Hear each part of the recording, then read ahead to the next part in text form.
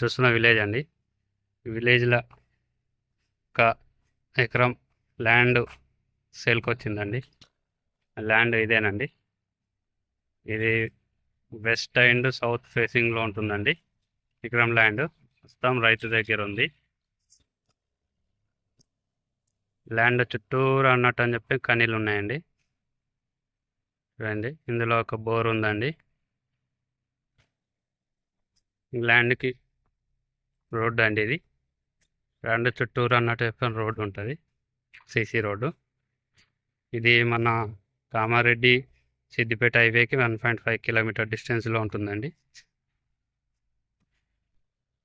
సిద్దిపేటకి 16 కిలోమీటర్ల డిస్టెన్స్లో ఉంటుందండి ల్యాండ్.